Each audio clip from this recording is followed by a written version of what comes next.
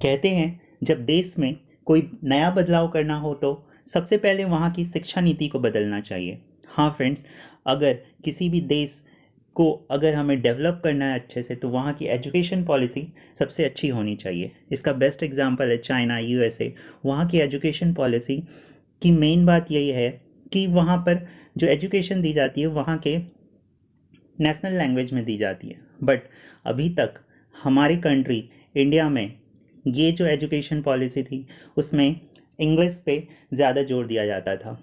तो फ्रेंड्स, लगभग 34 सालों के बाद, 3 दशक के बाद एमएचआरडी ने एक नई एजुकेशन पॉलिसी लेकर आई है जिसका नाम है NEP 2020। और फ्रेंड्स, ये जो एजुकेशन पॉलिसी आई है, इस एजुकेशन पॉलिसी को कैबिनेट ने मंजूरी दे दी है। और ये कैबिनेट का जो हेड थे वो हेड कर रहे थे हमारे प्राइम मिनिस्टर नरेंद्र मोदी। तो फ्रेंड्स, हम आज के वीडियो में इसी पूरी नेशनल एजुकेशन पॉलिसी को डिस्कस करेंगे। और अगर आप छात्र हैं या फिर किसी छात्र के माता पिता हैं या फिर किसी कॉम्पिटिटिव एग्ज़ाम की तैयारी कर रहे हैं तो आपको ये सारी जानकारी ध्यान से सुननी चाहिए। तो चलिए फ्रेंड्स, आज हम इसको डिटेल में डिस्कस करते हैं। फ्रेंड्स, लगभग जैसा कि मैंने बोला 34 सालों के बाद ये हमारी एजुकेशन पॉलिसी आई है जिसका नाम है नेशनल एजुकेशन पॉलिसी 2020।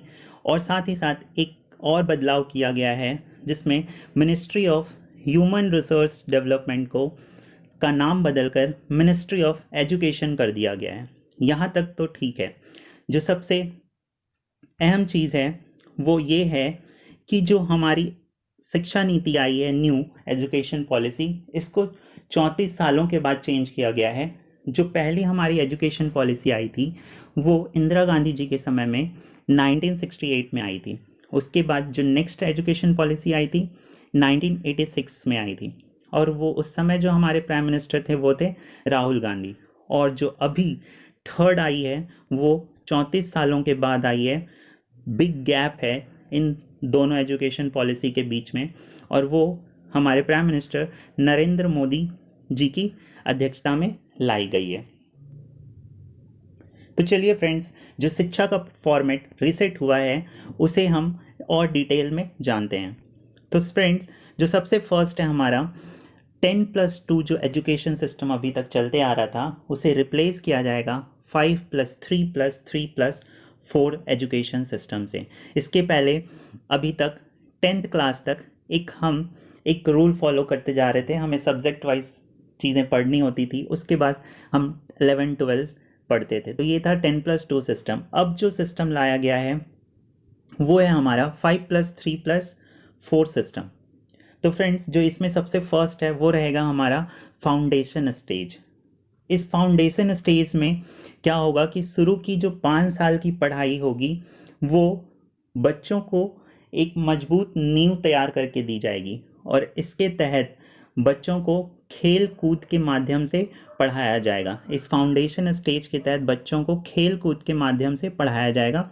और इस फाउंडेशन स्टेज में क्या रहेगा, फर्स्ट 3 साल जो रहेंगे वो रहेगा हमारा प्री प्राइमरी, और उसके बाद first standard and second standard. और ये सारी चीज़ें जो पढ़ाई की जाएगी वो खेल कूद के माध्यम से उन्हें पढ़ाई की जाएगी। मतलब इसका सीधा सा मतलब है कि बच्चों के ऊपर से जो किताबों का बोझ है उसे कम किया जाएगा और उसे प्रैक्टिकल नॉलेज ज़्यादा दिया जाएगा। उसके बाद जो नेक्स्ट है हमारा वो इनिशियल स्टेज रहेगा। और यहाँ पर 3rd स्टैंडर्ड से 5th स्टैंडर्ड तक के क्लासेस को शामिल किए गए हैं। इसमें क्या किया जाएगा कि बच्चों को एक उज्जवल भविष्य के लिए तैयार किया जाएगा, जिसमें कुछ सब्जेक्ट्स लाइक जैसे साइंस रहेंगे, मैथ्स रहेंगे, सोशल साइंस, आर्ट्स जैसे विषयों को पढ़ाया जाएगा। किसमें, 3rd से 5th में। उसके बाद जो नेक्स्ट रहेगा हमारा मिडिल स्टेज, जिसमें 6th क्लास से 8th क्लास तक के बच्चों को शिक्षा दी जाएगी। और इस स्टेज में एक पर्टिकुलर पाठ्यक्रम को पढ़ाया जाएगा। एक पर्टिकुलर पाठ्यक्रम, जैसा कि अभी हम लोग पढ़ते हैं पाठ्यक्रम लाइक मैथ्स, हिंदी, ये सारे सब्जेक्ट रहेंगे। लेकिन यहाँ पर इसकी खास बात ये होगी कि बच्चों को यहाँ पर उनके इंटरेस्ट के अकॉर्डिंग, जैसे उनका अगर इंटरेस्ट है कंप्यूटर कोडिंग में, या फिर उनका इंटरेस्ट पेंटिंग में है या सिंगिंग में है, तो इन सब की चीज़ों पर ज़्यादा फोकस किया जाएगा। उनको इससे रिलेटेड इंटर्नशिप कराया जाएगा ताकि उसमें उनका जो और नॉलेज है वो और बढ़ सके और उसमें वो और अच्छा कर सकें। तो यहाँ पर मिडिल स्टेज में ये इंटर्नशिप की चीज़ों को लाया गया है ताकि बच्चे उस पर ज़्यादा जोर दें। नेक्स्ट है हमारा जो है वो है लास्ट स्टेज, और इसमें कक्षा क्लास 9th से 12th तक की क्लास को शामिल किया गया है।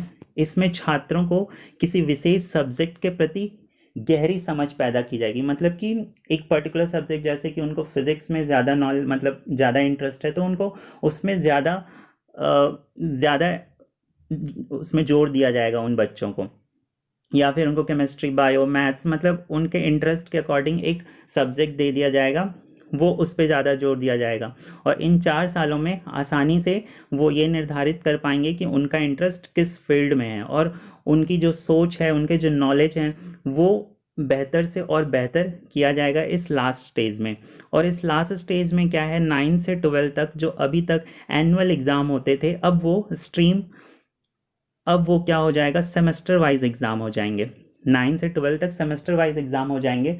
और सेमेस्टर वाइज एग्ज़ाम में क्या होगा कि अब उन्हें एक साल में 2 एग्ज़ाम देने पड़ेंगे और दोनों को उनको पास करना पड़ेगा, और लास्ट में दोनों के मार्क्स को ऐड करके एक सिंगल रिजल्ट तैयार किया जाएगा। यहाँ पर नेक्स्ट उसके बाद जो 11th-12th की बात है, तो अभी तक 11th-12th में क्या होता था कि स्ट्रीम होता था, आर्ट्स का स्ट्रीम होता था, साइंस का स्ट्रीम होता था, और फिर कॉमर्स का स्ट्रीम होता था, जिसमें अब इस स्ट्रीम को ख़त्म कर दिया गया है। अब बच्चे अपने मन के अकॉर्डिंग, अगर वो कॉमर्स के साथ हिस्ट्री पढ़ना चाहते हैं, कॉमर्स के साथ बायो पढ़ना चाहते हैं, तो वो उसके अकॉर्डिंग पढ़ाई कर सकते हैं। इसमें भी एक पर्टिकुलर टाइप का पुल बनाया जाएगा जिसमें उनके इंटरेस्ट के सब्जेक्ट, जैसे कि मैथ्स के साथ हिस्ट्री, कॉमर्स, ये सारी चीज़ें एक पुल बना करके एक अलग अलग ग्रुप में रखा जाएगा, और वो उस पुल को चूज़ कर सकते हैं और उसमें उसकी एजुकेशन को वो ले सकते हैं। तो ये था पूरा हमारा 4 स्टेज। पहला foundation stage, next initial stage, third middle stage, and last stage. उसके बाद इसमें जो मेन चीज़ है, जो इस एजुकेशन पॉलिसी की, कि क्लास 5th तक के बच्चों को मदर टंग में, मातृभाषा में, या फिर नेशनल लैंग्वेज में, या फिर वहाँ की क्षेत्रीय भाषा में उनको शिक्षा दी जाएगी। उनकी सारी पढ़ाई, वो जिस भी लैंग्वेज में एग्ज़ाम देना चाहते हैं या पढ़ना चाहते हैं, वो पढ़ सकते हैं। इवन यहाँ पर सबसे मेन चीज़ ये किया गया है कि अभी तक जो अलग अलग स्कूलों में जैसे मीडियम होता था कि आप इंग्लिश मीडियम में ही पढ़ना है, या फिर मतलब मेन चीज़ इसका ये है कि यहाँ पर जो इंग्लिश की अनिवार्यता थी उसको समाप्त कर दिया गया है। मतलब अब इंग्लिश जो है वो सिर्फ और सिर्फ एक सब्जेक्ट के तौर पर पढ़ाया जाएगा। जो बोर्ड की परीक्षाएं होगी उसको आसान बनाया जाएगा, और इसमें प्रैक्टिकल रिलेटेड ज़्यादा क्वेश्चन पूछे जाएंगे। मतलब रटने से ज़्यादा समझने पर जोर दिया जाएगा बोर्ड एग्ज़ाम्स जो होंगे। उसके बाद जो स्ट्रीम की बात तो मैंने बता दिया कि कोई रिजल्ट नहीं होगा, जो भी आप सब्जेक्ट पढ़ना चाहें वो पढ़ सकते हैं। उसके बाद जो बच्चों का जो रिज़ल्ट तैयार होगा, जो फाइनल रिज़ल्ट मिलेगा, वो ना सिर्फ एग्ज़ाम के बेसिस पे मिलेगा, बल्कि उनका स्किल, उनका बिहेवियर, और उन्होंने उनका करिकुलम एक्टिविटी, इन सारी चीज़ों के बेस्ड पे उनका रिपोर्ट कार्ड बनाया जाएगा। इवन यहाँ पर एक और बदलाव किया गया है कि जो भी रिज़ल्ट होंगे वो 3 लोग डिसाइड करेंगे। एक तो वो सेल्फ एनालिसिस के तौर पर वो अपने आप को मार्क्स देगा, उसके फ्रेंड्स उसको मार्क्स देंगे, और साथ ही साथ उसके टीचर्स जो हैं वो उसको एनालाइज करेंगे, और इन तीनों के बेस पे उनका रिपोर्ट कार्ड तैयार होगा। ये तो था पूरे अभी तक का जो भी स्कूल की बात की, स्कूल की पढ़ाई कैसी होगी। तो मतलब अगर इसका एक लाइन में बोलना चाहें तो जो स्कूल में शुरू की जो 5 साल की पढ़ाई होगी वो खेलो कूदो पढ़ो टाइप का होगा, और उसके बाद मातृभाषा पे जोर दिया गया है, इंग्लिश की अनिवार्यता को कम किया गया है, और पर्सनल स्किल को बढ़ाने और नॉलेज और प्रैक्टिकल नॉलेज पे ज़्यादा जोर दिया गया है। उसके बाद अगर हम आगे बात करें +2 के बाद की, 12th के बाद की, तो सबसे यहाँ पर मेन बदलाव ये किया गया है कि जो यूजीसी है, यूजीसी और एआईसीटीई को दोनों को मर्ज कर दिया गया है। मतलब कि जो यूनिवर्सिटी ग्रांट कमीशन है और AICTE all India council of technical education, इन दोनों को एक साथ मिला दिया गया है। उसके बाद कुछ और फ्लेक्सिबिलिटी किया गया है सब्जेक्ट्स के अकॉर्डिंग। और जैसे कि अभी तक होता था कि अगर हम कॉलेज में एडमिशन ले रहे हैं तो अगर हम बीच में हमें पढ़ाई छोड़नी पड़ी तो वो जो 1 साल था 2 साल था वो हमारा बर्बाद हो जाता था। मतलब कि अगर पढ़ना है तो पूरा पढ़ो, नहीं पढ़ना है तो मत पढ़ो टाइप का होता था, जिसके कारण बहुत सारे बच्चों की पढ़ाई छूट जाती थी। तो अब एक नया रूल लाया गया है, मल्टीपल एंट्री और एग्जिट। मतलब कि अगर जो यूजी प्रोग्राम है, अंडर ग्रेजुएट प्रोग्राम है, वो मेनली 3 और 4 साल का होगा। तो अगर कोई स्टूडेंट फर्स्ट ईयर की पढ़ाई किया है और उसके बाद उसको छोड़ना पड़ रहा है एजुकेशन, तो उसको फर्स्ट ईयर में सर्टिफिकेट दिया जाएगा, फर्स्ट ईयर के बाद उसको सर्टिफिकेट प्रोवाइड किया जाएगा। अगर वो 2 साल के बाद कॉलेज छोड़ रहा है, नहीं पढ़ पा रहा है, तो उसको डिप्लोमा कोर्स दिया जाएगा। और अगर वो 3 साल या 4 साल की पढ़ाई पूरी करता है तो उसको फिर वहाँ पर डिग्री सर्टिफिकेट प्रोवाइड किया जाएगा। तो ये था मल्टीपल एंट्री और एग्जिट की बात। उसी तरह पीजी प्रोग्राम में जो अभी तक चल रहा था 1 से 2 साल का होगा पीजी प्रोग्राम, यहाँ भी मल्टीपल एंट्री और एग्जिट वाला रूल फॉलो होगा। उसके बाद जो अगर आप इन दोनों को मिला के करना चाहते हैं तो वो बैचलर, इंटीग्रेटेड बैचलर और मास्टर डिग्री होगा, जो कि 5 साल का अभी भी होता है।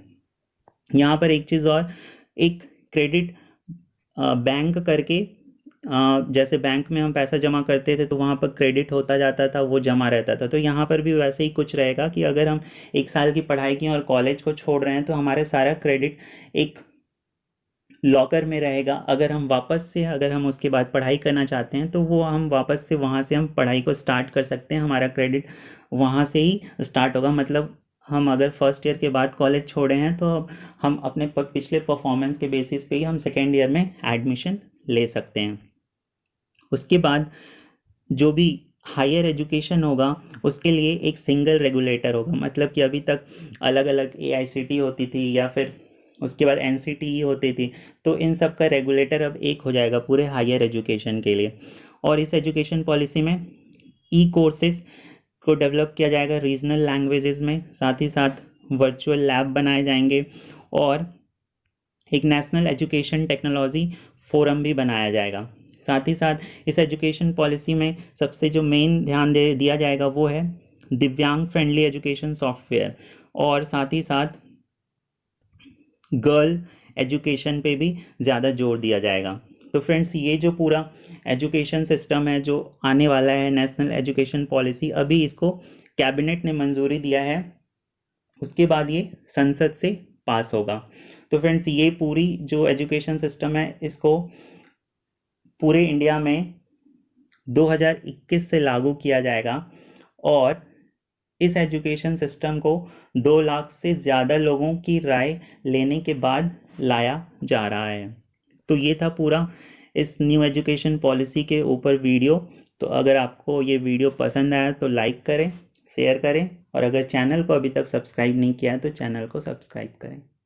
Thank you.